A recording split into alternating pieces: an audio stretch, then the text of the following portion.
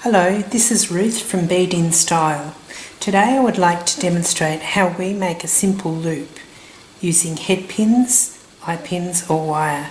Simple wire loops are used as connections between beads or between beads and other jewellery making components.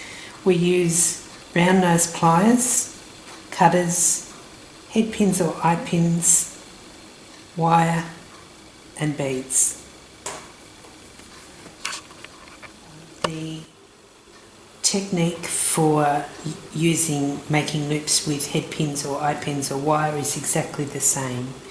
It doesn't vary depending on what pins you use, nor does it vary whether you are left-handed or right-handed. The technique is also the same. So I will show you how I do it in real time with a head pin, and then I'll break it down into pieces so that I can show you how you can learn the technique. It is a muscle memory technique. It does take some time for your brain to get used to the method. Okay. So that's it, as simple as that. So the little loop is centered over the top of the bead. It's a two-part movement. Now I'll show you how we do it in step by step. So thread the head pin or the eye pin or the piece of wire onto your bead. Bend it over so that you get a sharp right angle at the top of the bead, as close to the bead as you can possibly get. I'll just trim this pin a little bit,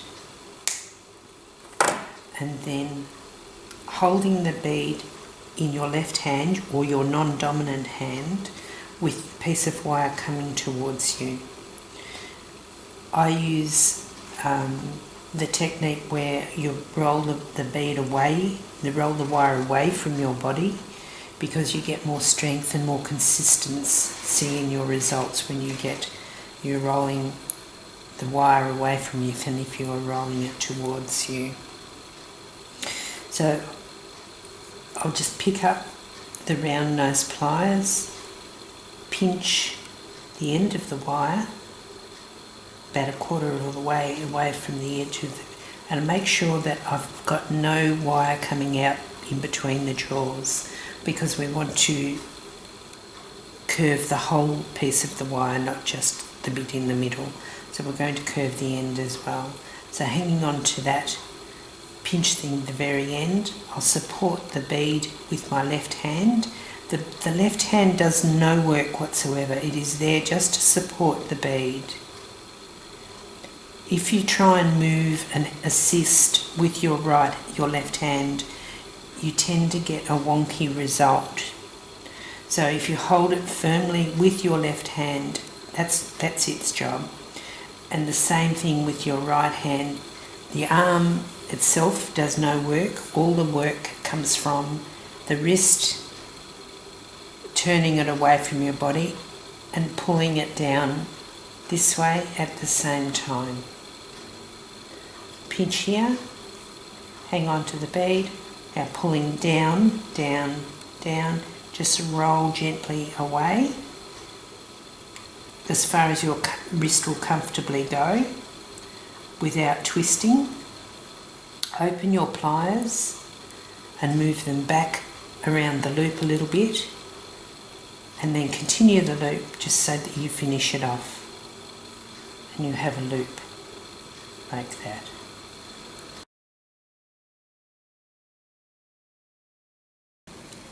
My technique means that you're holding downward pressure the whole time that you are rolling the wire away from your bead.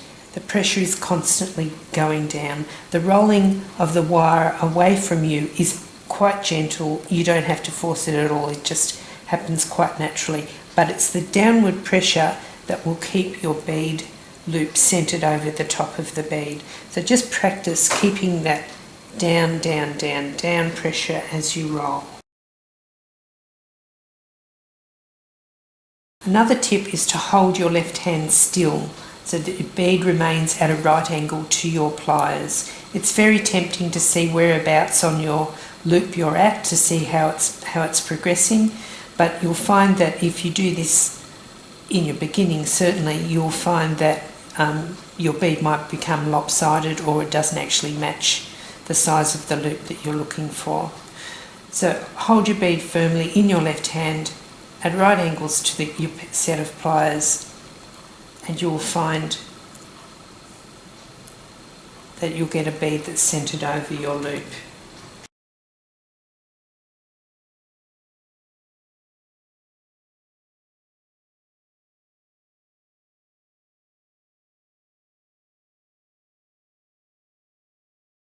If you are having trouble getting consistent results with your technique, might I remind you that it takes practice, and to be kind to yourself while you're practicing.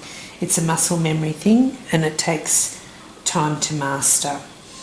If, however, you're getting inconsistent results, there are a few things that you might like to try to improve that consistency.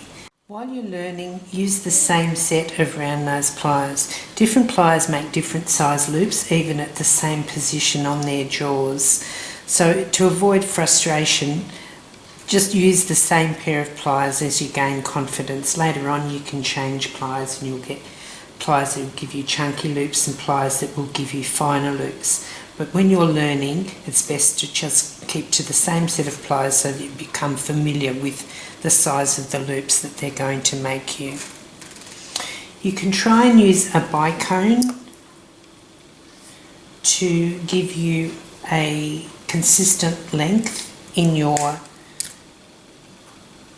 loop. So fold it over. Thread the bicone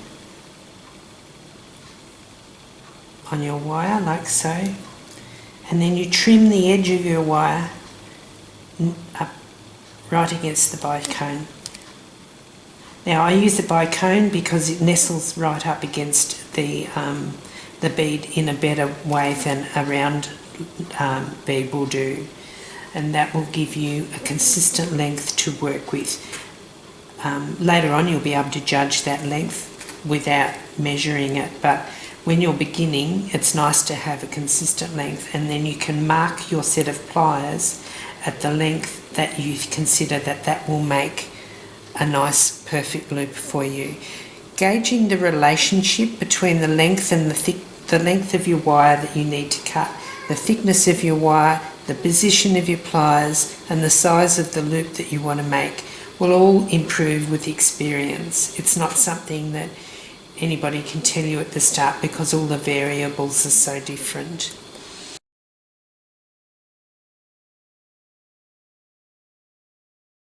If your loop is less than perfect and you think you can fix it up if you jiggle with it a little bit, and most people do, put the whole of your jaws of pliers in there so that you keep the roundness in your loop. If you just jiggle it with the pointy end and just at the wire, at the end of the tip of the wire, you'll find that your loop will tend to go a little bit off shape, a little bit more oval rather than round, and you won't have that lovely round look that you're looking for. So by all means edit it as you want, and straighten it and go bigger or smaller or whatever it is that you want to do, but make sure that you put the whole of the jaws of the pliers in there to keep it round. Otherwise, just start again with a new piece of wire and a new loop. It saves a lot of frustration, but jiggling's fun too.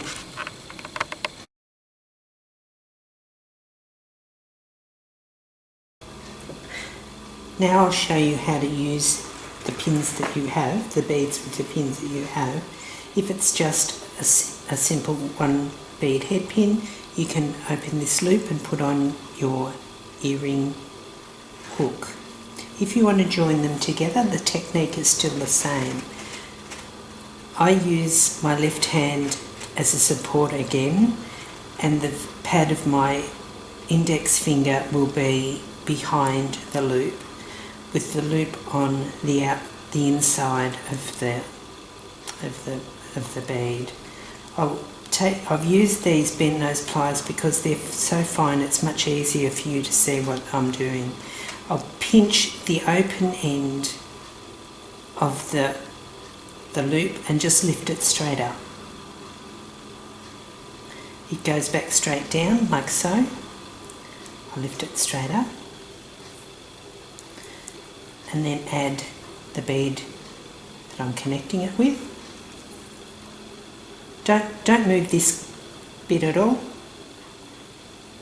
Pinch that there and just move it straight back down. Now, by the way of pinching it up and pinching it back down again, you're not altering the loop that you've spent all that hard time making. You're not changing the shape of the loop at all. It just comes up and goes down, and it's an easy way of connecting.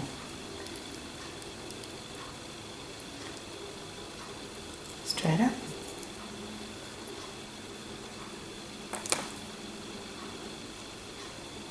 Straight down. And there you have your chain.